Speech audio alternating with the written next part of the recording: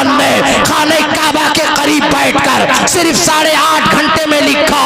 और किसी मुश्फिक व मेहरबान मुरीद ने पूछा, अपने अहबाब ने पूछा कि अहमद रजा खां, आपने 8.5 घंटे में अद-दौलतुल मक्किया फी मादतिल गैबिया, इतनी ज़ख़ीम किताब के बड़े से बड़ा मौलवी जब दीन को पढ़ने लगे तो दीन को तारा नजर आने लगता है।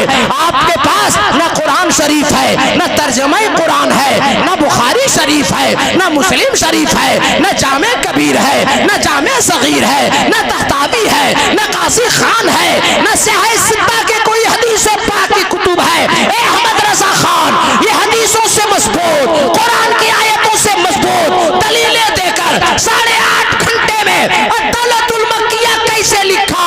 आला हजरत के जवाब सुनो। आला हजरत कॉन्फ्रेंस में आने वालों, तेरा ईमान ताजा हो जाएगा।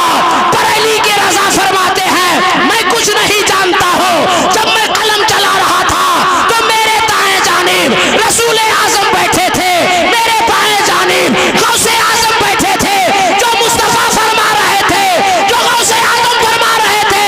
मैं लिखता चला जा रहा था, पता चला अहमद रजा का कलम चलता है तो रसूल की इनायत मिलती है, गौस का करम मिलता है। नारे तकबीर, नारे रिसालत, मसला के आला हजरत। आदम है पहला, हाजी आदम है पहला, कलमा आदम का है, ला इलाहा इल्लल्लाह आदम व सफीउल्लाह, है ना मुफ्ती साहब? पहला कलमा दुनिया में गूंजा है तो ला इलाहा इल्लल्लाह आदम व सफीउल्लाह। जब पहला इंसान हिंदुस्तान में आदम, पहले हाजी आदम, पहला नबी आदम, पहला कलमा आदम का ला इलाहा इल्लल्लाह आदम व सफीउल्लाह, तो वे दूसरा आया कहां से? सवाल है कि नहीं? अरे बोलो, क्वेश्चन है कि नहीं? तब तो सबसे पहला अगर कोई है तो वो आदम है, और आदम के बाद कलमा ला इलाहा इल्लल्लाह आदम व सफीउल्लाह।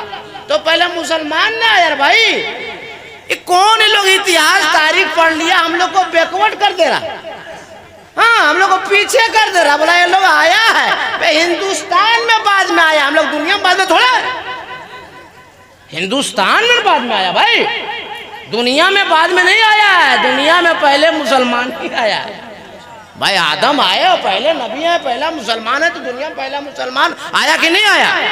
हाँ आया कि नहीं आया है? इधर देखो तुम लोग, पहला आदम आया, नबी आए, इंसान आए, तो पहला सबसे पहला कौन हुआ आने वाला दुनिया में? अरे बोलो ना, हाँ तो आदम अलैहिस्सलाम क्या थे, तो हम लोग क्या हैं? तो पहले कौन आया? तो मारो लोगों पकड़ पकड़ के, जो बोलता है कि नहीं आया ये हमारे पास बुला के लाओ। अच्छा अब एक बात बताओ, आप लोग भी किसी का बेटा है? अरे बोलो ना जी, हाँ फट से बोलो, हवस पैदा हुआ क्या? आप लोग किसी बेटा है ना, आप लोग का बाप है ना, तो बाप जब इंतकाल कर जाता है तो उसके घर का मालिक कौन होता है? बोलो ना जी, बेटा ना। कि हम आपके घर में अगर हम घुस जाएं, आप बोलेंगे ए बाड़ी खाली करो, खाली करेंगे? नहीं ना, कहिएगा मेरे बाप का है। बोलो सही है गलत? हाँ तो हम लोग का बाप कौन है? सब लोग बोलिए कौन है? आदम अलैहिस्सलाम। कहाँ आए? हिंदुस्तान में। हम लोग आदम के कौन है? बेटा। तो हिंदुस्तान में कौन रहेगा? जो बोलता है उसको पकड़ के पूछो लो। अब यहाँ पे एक फर्क बता देते हैं, सुनो, ये सब समझाने की बात है, बहुत अभी मामला गड़बड़ चल रहा है, सब हमारे अपने बच्चों को समझना बहुत जरूरी है। बात समझ रहे कि नहीं? अब एक बात समझो, अगर बाप का 2 बेटा है और एक वफादार, खाना भी खिलाता है, कपड़ा भी देता है, सुरमा भी देता है, अतर भी लाग देता है, खिदमत भी करता है, और एक बेटा खाना बंद, सुरमा बंद, पानी बंद, लुंगी बंद, तो बाप वो बेटा को घर से भगाएगा कि नहीं भगाएगा? अरे बोलो ना यार। तो बेटा 2 किस्म हो गई, एक वफादार, एक गद्दार। बोलो सही है गलत? तो जो गद्दार बेटा होगा वो बाप माँ मिलके जायदाद से खारिज करेगा कि नहीं? घर से भगावेगा कि नहीं? मगर जो वफादार है वो रखेगा, वो रहेगा। फैसला क्लियर हो गया कि आदम सारी दुनिया इंसानियत के बाप, हम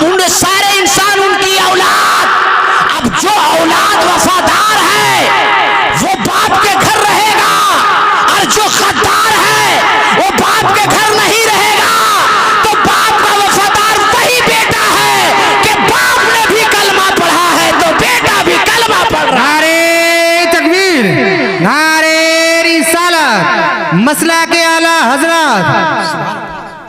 देखिए अभी हम बोलना भी शुरू नहीं किए तो आगे पीछे बोलता है को मंत्र पढ़ो, को बोलता है संतर पढ़ो। तब आप सेटिंग फिटिंग हमको करने दो ना भाई। बोलिए ड्राइवर जब गाड़ी स्टार्ट करेगा उसके बाद वो एक्सीलेटर लेगा, पहला गियर लेगा, दूसरा लेगा, तब ना वो मारेगा भाई। कि अचानक आप स्टार्ट की गाड़ी का 4 नंबर दे दीजिएगा? अरे बोलो ना, हम उसी काम के लिए आए भाई। आप थोड़ा सब्र कीजिए ना भाई, थोड़ा आप चाचा बैठिए, आप कुर्सी दो, कुर्सी दो, कुर्सी दो, बढ़ जाइए। थोड़ा सा हम सेटिंग फिटिंग करने दो है ना हजरत, तब इतना बखाने से थोड़े होगा। एक बार तड़प के बोल दीजिए। इसको तड़पना बोलता है। मैंने मजाक कर रहे हैं आप लोग, मैंने ऐसा लग रहा है कि जनाजा दफन कर रहे हैं। तड़प के बोलिए और लहक के बोलिए, अरे मस्ती में बोलिए। हजरत लोग बैठे, कोई खतरा नहीं, अपनी बस्ती में बोलिए। तब लगे ना कि इस इलाका का जलसा मशहूर है भाई। ये इलाका आते हैं हम 6 महीना चार्ज होके जाते हैं। अब पूरा हिंदुस्तान में बोलते हैं भाई इधर जलसा कैसे सुना जाता है। चलो पुरानपुर लेके चलते हैं। देख ना 1:45 बज गया है, मगर सबका चेहरा ऐसा चमक रहा है जैसे लगता है 9 बज रहा है। ये और किसी का फैजान नहीं, बरेली वाले सरकार आला हजरत का फैजान है। ये और किसी का फैजान नहीं, बरेली वाले आला हजरत के सदके में ख्वाजा गरीब नवाज का फैजान है। सरकार आला हजरत के सदके में पीरे पीरा मीरे मीरा शाखे जिला शेख अब्दुल कादिर जिलानी का फैजान है।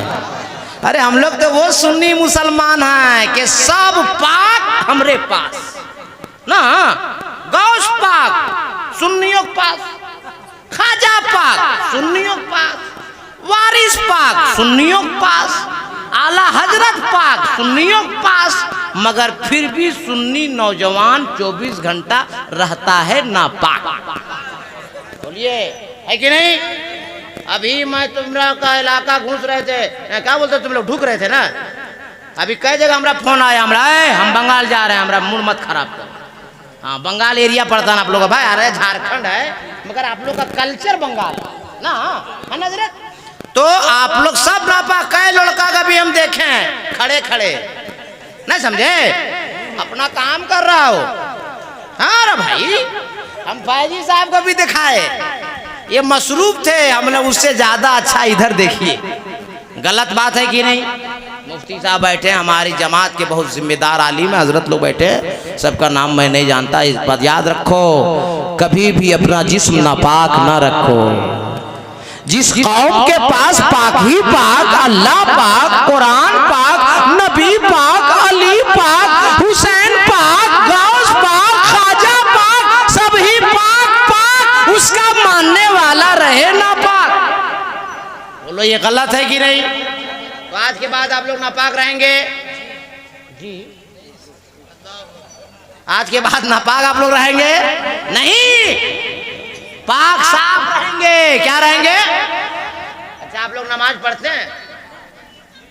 कौन कौन पढ़ते हैं? हाथ उठा बताइए। इतने लोग, काहन कोरोना आएगा? सब लोग नमाज पढ़ो वरना अभी भरोना आ जाएगा। हम बता दे रहे हैं क्लियर कट, नमाज के आदी बनिए।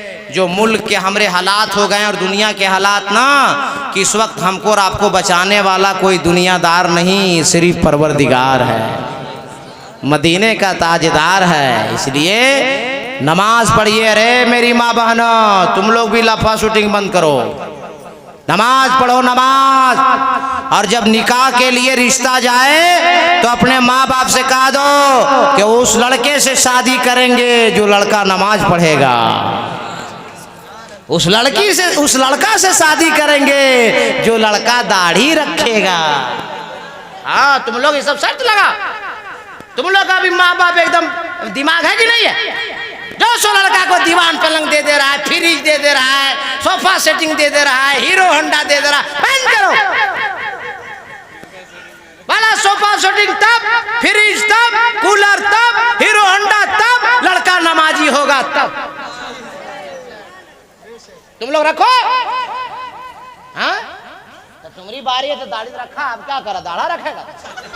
हम तो वही बात ही कर रहे हैं कि जो दाढ़ी रखेगा उससे शादी करो, नमाज पढ़ेगा उससे शादी करो। हम तो यही पैगाम ही दे रहे हैं। और तुम लोग भी शर्त रखो लड़को कि उस लड़की से शादी करेंगे जो बाजार निकलेगी तो सर पे अपने दुपट्टे को सजा कर निकलेगी। हम भी उस लड़की से शादी करेंगे जो लड़की 5 वक्ता नमाज अदा करेगी, जो कुरान की तिलावत करेगी। बोलो सही है गलत? हाँ? लेकिन आजकल जानते हैं क्या नाम आपका? फुरकान बाबू, आजकल दहेज में मोबाइलो आ रहा है। हाँ रे भाई, गलत नहीं बोल रहा है। अब बहुत रिश्ता तो मंगनी होने के बाद कट जा रहा है। काहे? मंगनी हो गई, 3 महीना के बाद डेट पड़ा है शादी का, और लड़का लगे तब कैसा लग रहा है? अभी कैसा लगेगा? अभी तो मंगनी हुई। ये कैसा लगेगा चक्कर में 3 महीना के बाद शादी क्या होगी, 2 महीना में रिश्ते खत्म हो जाएंगे। हम गलत नहीं बोल रहे हैं, आप लोग कभी के इलाके में होता होगा। इसलिए मोबाइल लेना देना बंद, मोबाइल लेना देना बंद। जब तक अच्छा मोबाइल नहीं था तो हम लोग क्या सब मर गए थे? अरे जिंदा थे ना भाई। मोबाइल अगर आ गया है तो अच्छा काम करो, अच्छी बात करो। बहुत लड़का जैसा हम करे देखे फुरकान बाबू, घंटों घंटों। हाँ अबे आगे हूँ हाँस बोलेगा कुछ। हम लोग नहीं बात करते हैं क्या? हम लोग तो हैंड फ्री बात करते हैं, हमारी आदत है। हूँ हाँ क्या कर रहा है? क्लियर बोलो। जाना है तो जाना, नहीं जाना नहीं जाना। हाँ अबे हाँ बीमारी हो गई क्या तुमको? बोलो गलत है कि नहीं गलत है? अरे बोलो ना भाई, गलत है कि नहीं गलत है? सुनो, पता नहीं हम फिर भूल जाएंगे, तकरीर शुरू करेंगे तब। ए मेरी बेटियों, ए मेरी बहनों, ए मेरी माओ, कान खोल के मेरी बात सुन लो। जब शौहर मजदूरी करके घर आए और आवाज लगावे दरवाजे पे आके, जुमराती की अम्मा।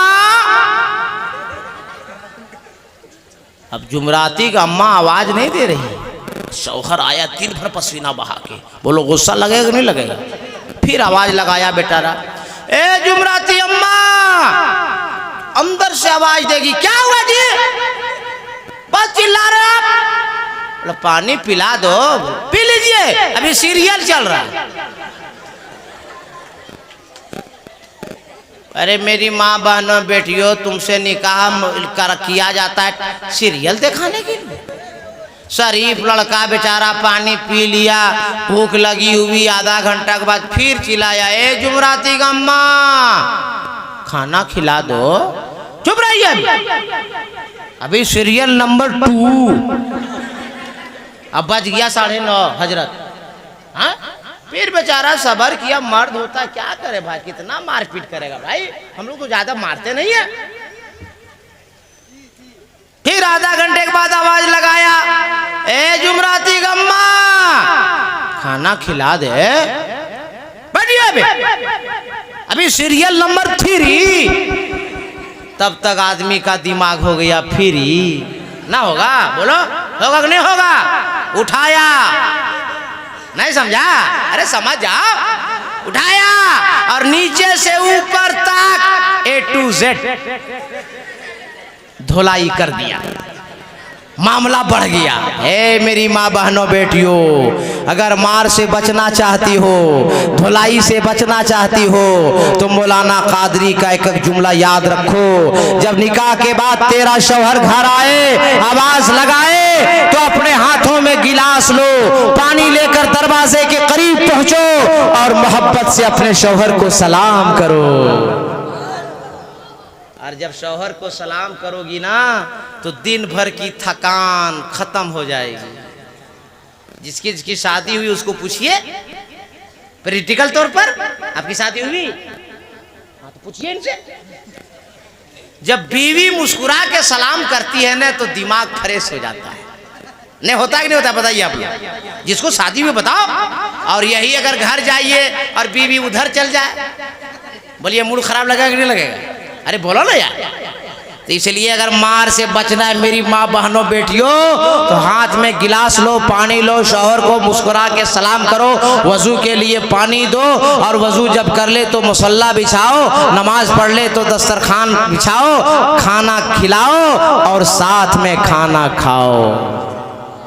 इस तरह कोई बीवी करेगी तो मारपीट होगी? अरे बोलो ना, नहीं ना। अच्छा, आपके इलाके में मियाँ बीवी साथ में खाना खाते हैं कि नहीं? गड़बड़ है का? गड़बड़ है। हमारे इलाके में अगर खा लिया, हाँ, नई नई अगर शादी हुई और बीवी साथ खा लिया, तो उसकी माँ जो होती है ना, बुढ़िया बुढ़िया बुढ़िया समझता है ना, वो बुढ़िया सुबह उठेगी, प्रचार करेगी। हाँ, अपनी गोतनी लोग, आप लोग पता नहीं बंगला में किस क्या बोलते हैं, गोतनी बोलते हैं अपनी गोतनी को, बड़की गोतनी सुन ले, तो क्या हुआ? बोला हमरा छोटका और हमरा छोटकी अब साथे खाता है।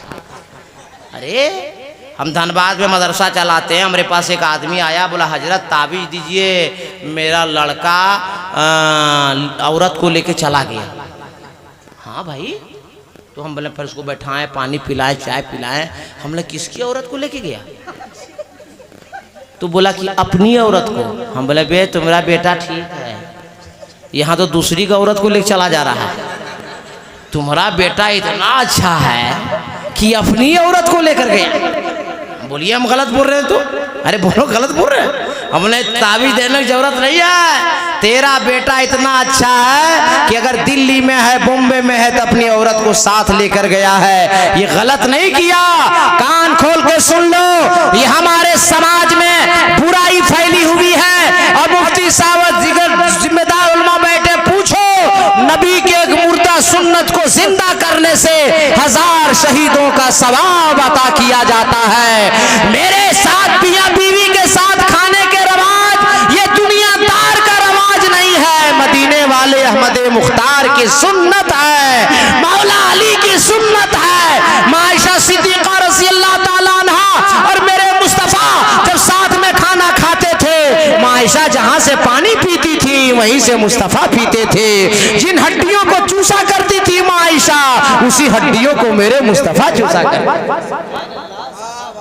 इसलिए इस रवाज को खत्म करो, सुन्नतों को याद करे, आबाद करो। आपने जलसे का नाम रखा है उर्से आला हजरत कॉन्फ्रेंस। एक बात बताना चाहता हूँ, उसके बाद मैं तकरीर शुरू करूंगा। सुनो तारीख, आला हजरत का ऐसे एहसान नहीं है। आज पूरी दुनिया की हजरतों को सिर्फ हजरत कहा जाता है। बरेली के अहमद रजा को आला हजरत कहा जाता है। आखिर क्या वजह है अहमद रजा खान को आला हजरत क्यों कहा जा रहा है? बरेली के रजा को आला हजरत क्यों कहा जा रहा है? जब पूरे दुनिया में फितना फैल रहा था और जब इसी नजदियों और वहाबियों ने कहा कि नबी को इल्म गैब नहीं है, नबी को पीठ के पीछे की खबर नहीं है, मुस्तफ़ा के ख्याल नमाज में आ जाए तो नमाज नहीं होगी, तो अहमद रजा खान ने कलम उठाया था और एक एक करके तमाम बातिल अदियान को जवाब दिया था और 1250 किताबों की तसनीफ फरमाई अहमद रजा खान ने।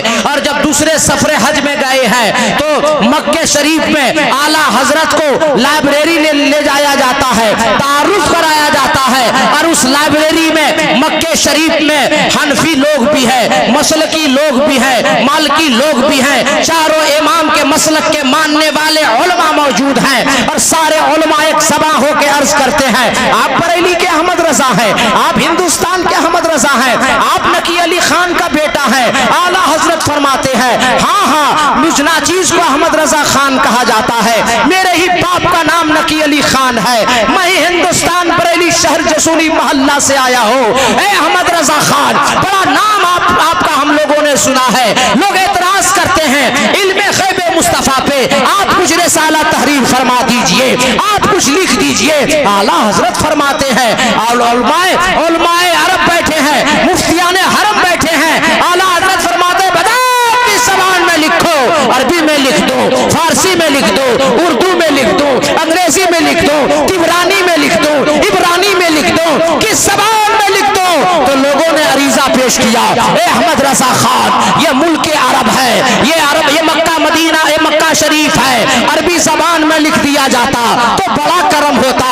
अल्लाह अकबर। तारीख लिखने वाले ने लिखा है कि आला हजरत को बुखार है, बदन तप रहा है, किरतास लेते हैं यानी कागज, सादा कोरा कागज लेते हैं, एक हाथ में दावात और कलम लेते हैं, खाने काबा के करीब जाकर बैठ जाते हैं। आला हजरत का हाथ चल रहा है, अंगुलियां चल रही हैं, लिखते जा रहे हैं और लिखते लिखते लिखते लिखते लिखते लिखते सिर्फ 8.5 घंटे में उस रिसाले को लिखा है जिस रिसाले दौलतुल मक्किया फी मादतिल खैबिया, और उस किताब को दौलतुल मक्किया को जब अमेरिका के कंप्यूटर में डाला गया तो कंप्यूटर के स्क्रीन पे शो कर रहा था कि इस किताब को कोई भी माइकल आल 48 घंटे से पहले लिख नहीं सकता, लेकिन अहमद रजा खान ने खाने काबा के करीब बैठकर सिर्फ 8.5 घंटे में लिखा। और किसी मुश्फिको मेहरबान मुरीद ने पूछा, अपने अहबाब ने पूछा कि अहमद रजा खान आपने 8.5 घंटे में अद-दौलतुल मक्किया फी मादतिल खैबिया, इतनी ज़ख़ीम किताब के बड़े से बड़ा मौलवी जब दीन को पढ़ने लगे तो दीन को तारा नजर आने लगता है। आपके पास न कुरान शरीफ है, न तर्जमा कुरान है, न बुखारी शरीफ है, न मुस्लिम शरीफ है, न जामे कबीर है, न जामे सगीर है, न तख्तावी है, न कासी खान है, न सिहाह सित्ता के कोई हदीस पाक की कुतुब है। ए अहमद रजा खान, ये हदीसों से मजबूत, कुरान की आयतों से मजबूत दलीलें देकर 8.5 घंटे में अद-दौलतुल मक्किया कैसे लिखा? आला हजरत के जवाब सुनो। आला हजरत कॉन्फ्रेंस में आने वालों, तेरा ईमान ताजा हो जाएगा। बरेली के रजा फरमाते हैं, मैं कुछ नहीं जानता हूँ, जब मैं कलम चला रहा था तो मेरे दाएं जानिब रसूल आजम बैठे थे, मेरे बाएं जानिब गौसे आजम बैठे थे, जो मुस्तफा फरमा रहे थे, जो गौसे आजम फरमा रहे थे। मैं लिखता चला जा रहा था, पता चला अहमद रजा का कलम चलता है तो रसूल की इनायत मिलती है, गौस का करम मिलता है। नारे तकबीर, नारे रिसालत, मसला के आला हजरत